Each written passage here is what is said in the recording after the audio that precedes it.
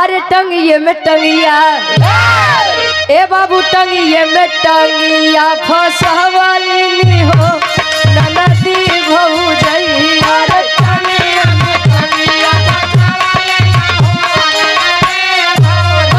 अरे टंगिए में टंगिया फसवाली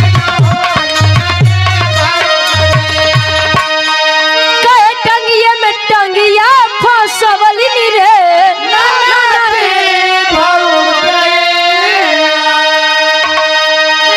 कहे ऊपर ऐसे डाल के ही हवाली हो नदी भौजैया ऊपर ऐसे डाल के ही हवाली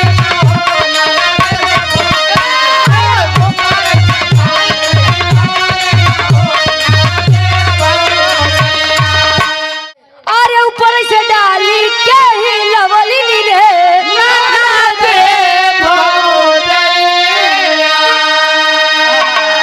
कर लोगन वाली बा कहे माल सफेद गिरवाली नी हो नदी भौजैया रे माल सफेद नदी भौजैया रे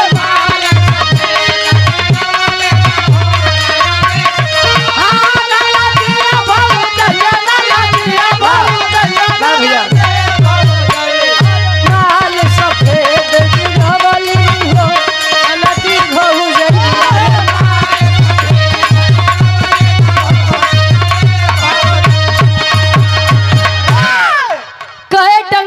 टंगिया फसवली नहीं हो नदी भौजैया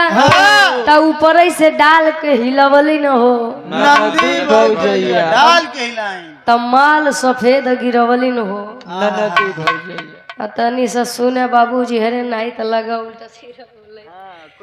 पहले के समय में काकी दाई लोग हमरे भोरारिया 4 बजे जब उठे जाता पे बैठे उठे तब बैठे अब मान ला जैसे सोत यहाँ तो सोते पहुंच गए हम वाले वैसे बैठ जाइए ढेर तर्क करत है यार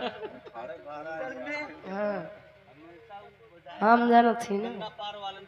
ए भैया ए लोग जब गेहूं लेके जाता लगे बैठे आ जाता में जब गेहूं डाल के ओकर मुट्ठा पकड़ के घुमावे पकड़ के हिलावे तो वह सफेद सफेद आटा गिरावे आवाज समय में जे करे घरे गेहूं के रोटी बन जाए तो ऐसा बतावे जैसे लागत बा मैहर के दर्शन के लौटा है कहा भैया आज हमारे घरे गेहूं के रोटी बनी बा लेकिन का करबा आज के जनरेशन वाले बिना मेहनत करे 5 मिनट पाई जाते हैं तो कहाँ से कीमत है जैसा तू हो है ना गुरुजी ये है दो अर्थी भाव पहले के हमरे काकी दाई लोग बड़ा काम करे गुरुजी पहले के काकी दाई लोग लंबा घूंघट करे काहे बदे जानत है इनका सबका दांत बड़े बड़े होत रहा अरे पागल बने उनके अंदर संस्कार रहे दांत बड़ा बड़ा नहीं रहे ए भैया पहले के दुल्ही मांग भर के सिंदूर लगावे काहे बदे कि हमारे दुल्हा के आयु लंबी होखे और दुल्ही काहे कि सुहागिन बन के आई सुहागिन बन के दुनिया से चली जाए तो हमसे ज्यादा किस्मतदार क्यों नहीं बा लेकिन आज के दुल्ही बगली मांग करके तनी सा सिंदूर टिक ली है काहे बदे जानो क्या जल्दी मरे दूसरे के जाई तोहार वाली कितना लगा बेलचस लगावा थे बस 140 बंद हो गई तो तू 140 पार कर दे बा